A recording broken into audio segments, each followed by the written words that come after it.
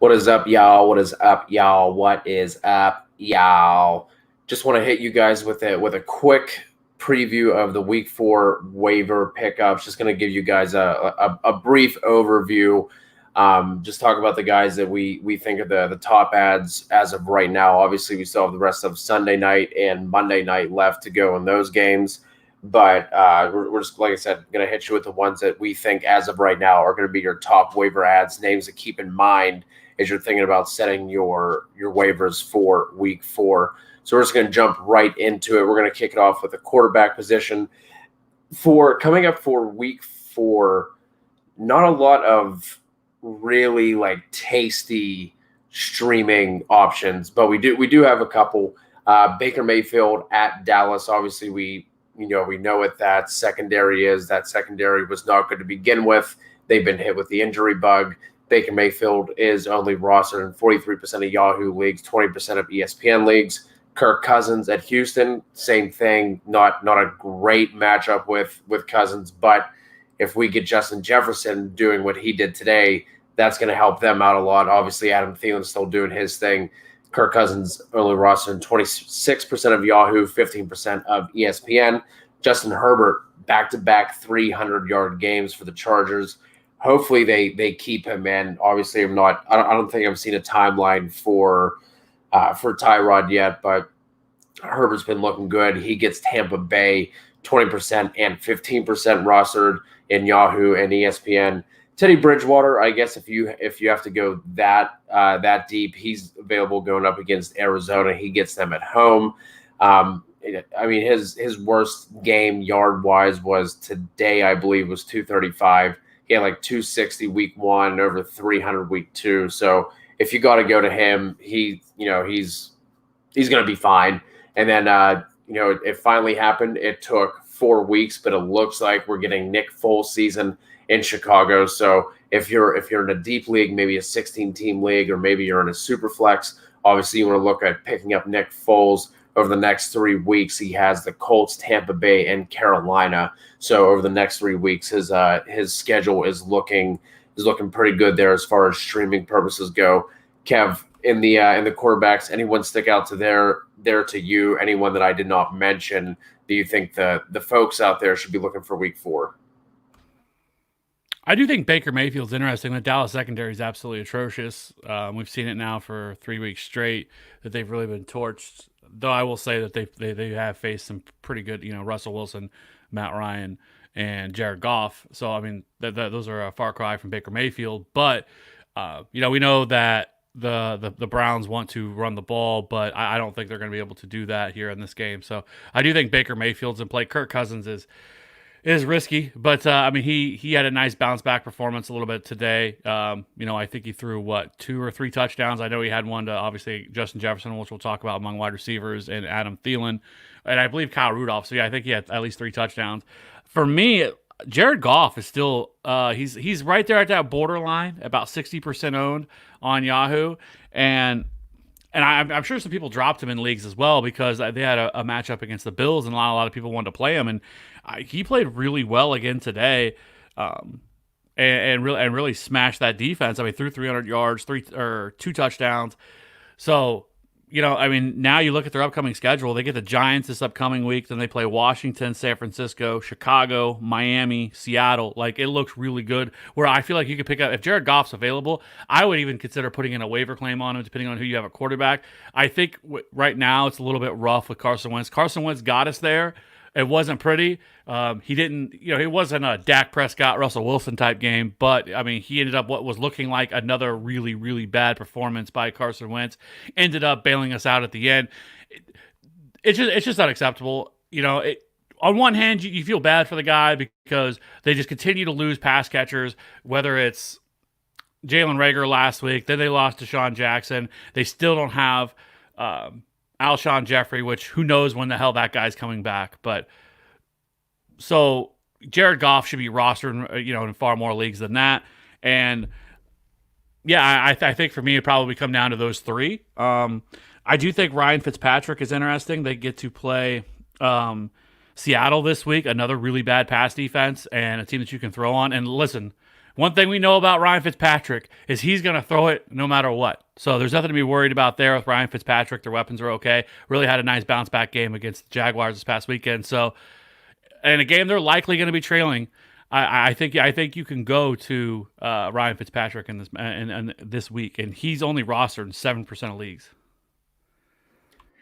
Yeah, with Jared Goff, he is actually available more widely so in ESPN leagues. I think he was only like 35% for his roster percentage. So that's that matchup over the next couple of weeks for him is quite tasty. So let's move on to running backs. The big injury note for long term anyway. Tariq Cohen is feared to have torn his ACL. Chris Carson left early with a knee sprain. We're not entirely sure the severity of it, so we don't have a timeline for you guys. But the names we got down here: Rex Burkhead, 10% roster. He went 6 for 49, 7 catches, 49s, and 3 touchdowns against the Raiders. We need to apologize to whoever we talked to this morning during the game day show and kind of scoffed at starting Rex Burkhead. Our bad. Myles Gaskin, he's still available in still available in 50% of both ESPN and Yahoo leagues. He's getting the majority of the snaps, the majority of the touches. He had 95 yards on 27 total touches and a touchdown on Thursday night.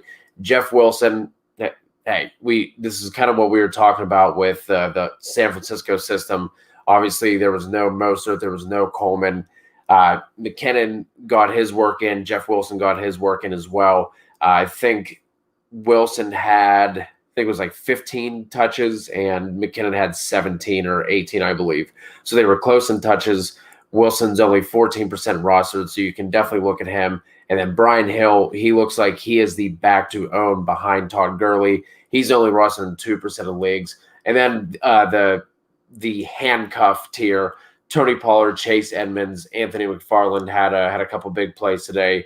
Darrell Williams has been cleared. He's not on the injury report, and Jamal Williams. So if you guys are looking for handcuffs, you want to tie up a couple backfields, those guys are available in more than 60% of leagues. So, Kev, thoughts, additions, subtractions on that list? So I don't think it's a great waiver wire week in terms of running backs. I know a lot of people are going to be running to chasing the Rex Burkhead blow up game. I will give him this. He has another good matchup next week against the Chiefs at Arrowhead in a game where they're going to have to throw the ball, and he's probably going to be involved in the passing game again. But as a long-term play, I don't think it's something that I would want, especially because James White hasn't been there either. So that's something that we have to remember. I think you could probably expect James White to be back sooner rather than later. And once he does, I don't think he gets that much pass-catching volume, which is obviously going to hurt him a little bit. Sony Michel finally showed a pulse, and so while I don't mind Rex Burkhead, it's really going to depend on what we hear about James White. If James White is back this week, I probably wouldn't waste my waiver claim, and I wouldn't waste that much fab on him. So, I think, like I said, I think he's a boomer bust wide receiver or running back 3 or 4 this upcoming week. And then you got Myles Gaskin, who I was surprised that he's not rostered in more leagues. I know it's the Dolphins, but if he's going to get that kind of usage and that kind of workload and be involved in the passing game, it's kind of hard to ignore him. I think he should be. For me, if I was desperate for a running back, he would probably be the guy that I would go after because he's much more. He's much more going to be the guy who long term is going to get more opportunities. The running backs there are Breida and Jordan Howard, and it looks like this is Myles Gaskin's backfield.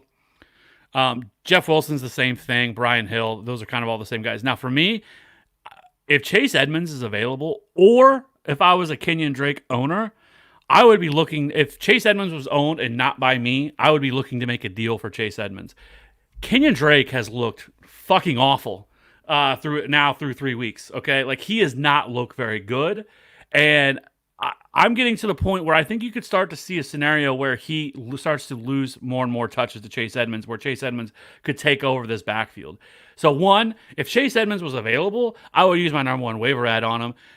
I would be looking to use a decent amount of fab. Or if I owned Kenyon Drake and Chase Edmonds was rostered by another owner, I would be looking to make a trade for Chase Edmonds because Kenyon Drake is only on a 1-year deal. They don't have a bunch of money wrapped up in Kenyon Drake, so they can easily move on from Kenyon Drake in this backfield. So or maybe not necessarily move on, but move much more to a 50-50 split than Kenyon Drake overtaking this backfield, because Kenyon Drake has not looked very good. Yeah, I would agree with the Myles Gaskin call. If you need someone who you have to plug in, that you're looking to get touches, and looks like he has that backfield to himself for the foreseeable future. So moving on to wide receivers, we had a couple more injuries here. We had 2 concussions with Deontay Johnson and Russell Gage, 2 hammies with Chris Godwin and Deshaun Jackson, and then John Brown left with a calf injury.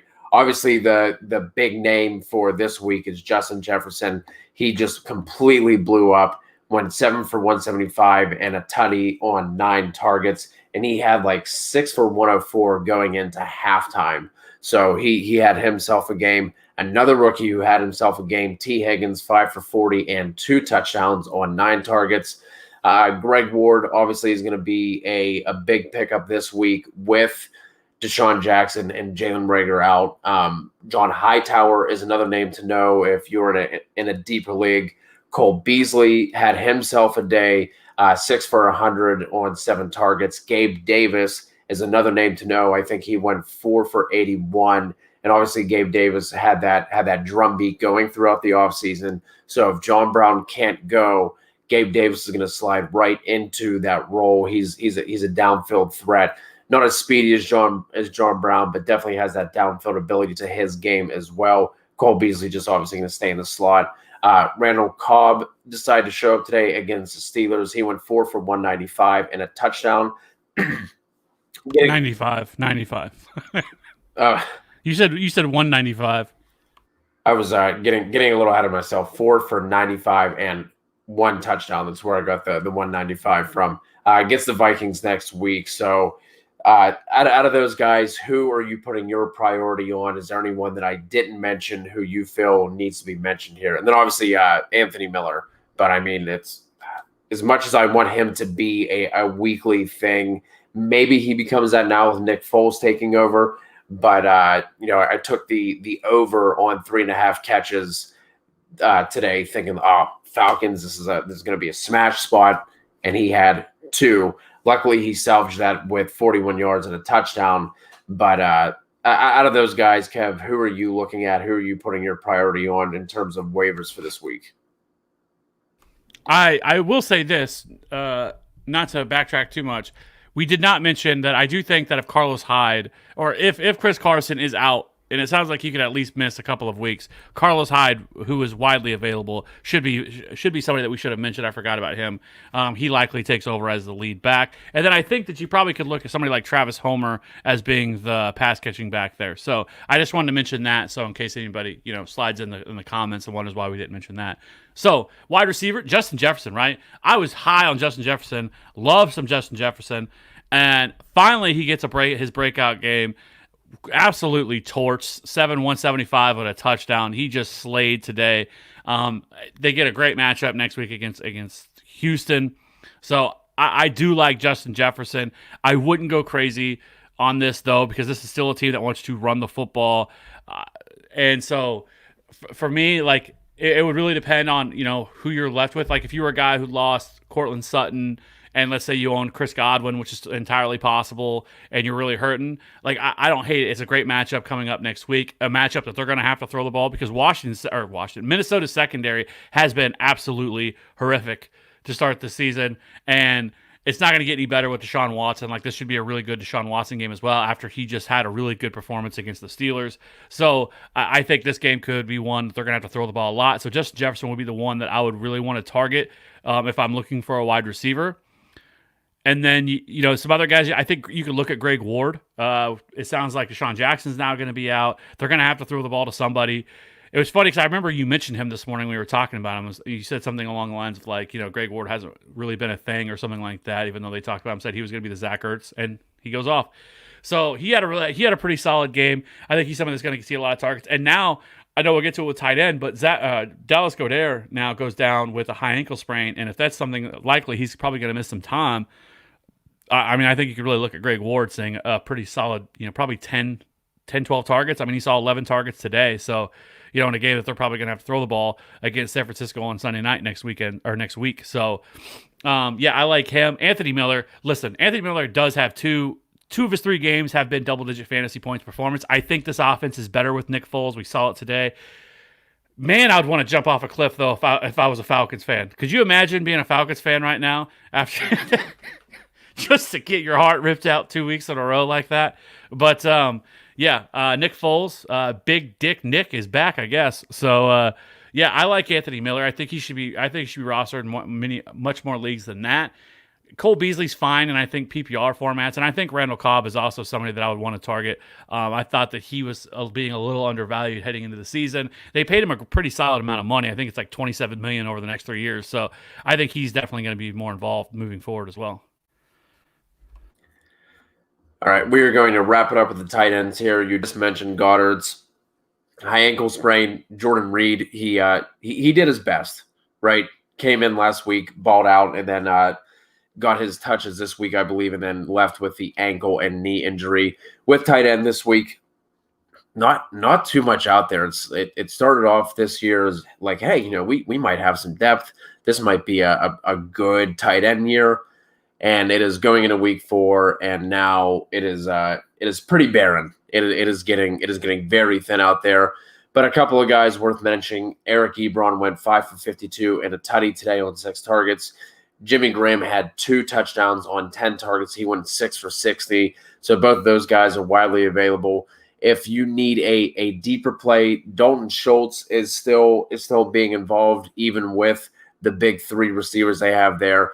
And then Mo Alley Cox had 3 for 50 and a touchdown today. And that was with Doyle coming back. And then Logan Thomas, he's still being involved. He's still getting targets, but it just hasn't quite fully clicked there for him. But if you were desperate, if you were in a 2 tight end league or a 14 or a 16 team league, and then also Jordan Aikens is still out there as well. If like I said, if you're getting desperate, Drew Sample is still pretty widely available, and then he didn't do too much today. That's going to rise his stock. I think he only had 1 catch for 10 yards. Obviously, T. Higgins and Tyler Boyd were the ones who did the damage today. So, Kev, as we wrap this up, tight end, what are you thinking here? Is there anyone I didn't mention? Is there anyone that you think that you'd be actually going out to target this week? No, I mean, not really. There's nobody that you have to be put in any sort of waiver claim or anything like that. Maybe once we get further in the week and we get to the Start Sit show on Wednesday, I might have it. There might be a couple of guys, but right now you're right. This entire week was a really, really bad tight end week, to be honest with you. I think Jimmy Graham right now, it's either him or Tyler Kroft. I think Tyler Kroft was the number 1 tight end so far this week. Now, obviously, we have Mark Andrews and Travis Kelce going to play tomorrow, which I think that'll change once those guys play tomorrow. But so I don't think there is. I mean, if Deontay Johnson's going to be out, I think Eric Ebron's an interesting play, especially in the red zone. He's somebody that Big Ben's going to continue to look for. It's not a bad play. Jimmy Graham, I wouldn't expect to continue to see him get 10 targets every week. That's not probably going to happen. You may luck box into a touchdown, but not somebody that I would want to look at. So, yeah, I mean, I don't think there's really anybody that you just have to go out and add. I did see this comment from JK47. What do you think of Alshon Jeffrey? So I went and looked. He actually returned to practice this past week. So that is encouraging. We know that they need wide receivers. Now, I can't imagine they rush him back. I think they probably give him a couple of weeks to get ready. But they do really need wide receivers. They're paying him a lot of money. Would it shock me if he came back this week? No. He did return last week, but would I want to pick him up and play him? I don't think so. I don't know what he has left. The dude's coming off a major foot injury. He hasn't played in 9.5 months. So I would temper any expectation that you could get from Alshon Jeffrey. If he was out there, you want to add him, and you have some deep benches, fine. But it's not something that I would want to just run out and add. Agreed. All right, guys, that is going to wrap it up. We will have a more in-depth waiver video and article coming to you guys by Tuesday. I'm going to be doing that. Going to have the Start Sit show. We're going to have the DFS pod again this week. We have a new addition to the TFA squad. His name is Jesse at Dynasty Humble SR. You can find him on Twitter, and he's going to be doing a weekly rookie spotlight video for us. So we're excited for him to join the squad, and he's going to be focusing solely on YouTube content. So going to have some more video content coming for you guys. If you appreciate this video, if you got any value out of it, please hit that subscribe button, rate, review, find us on Twitter, Instagram, all that stuff for us. We really appreciate it, and we will talk to you guys tomorrow.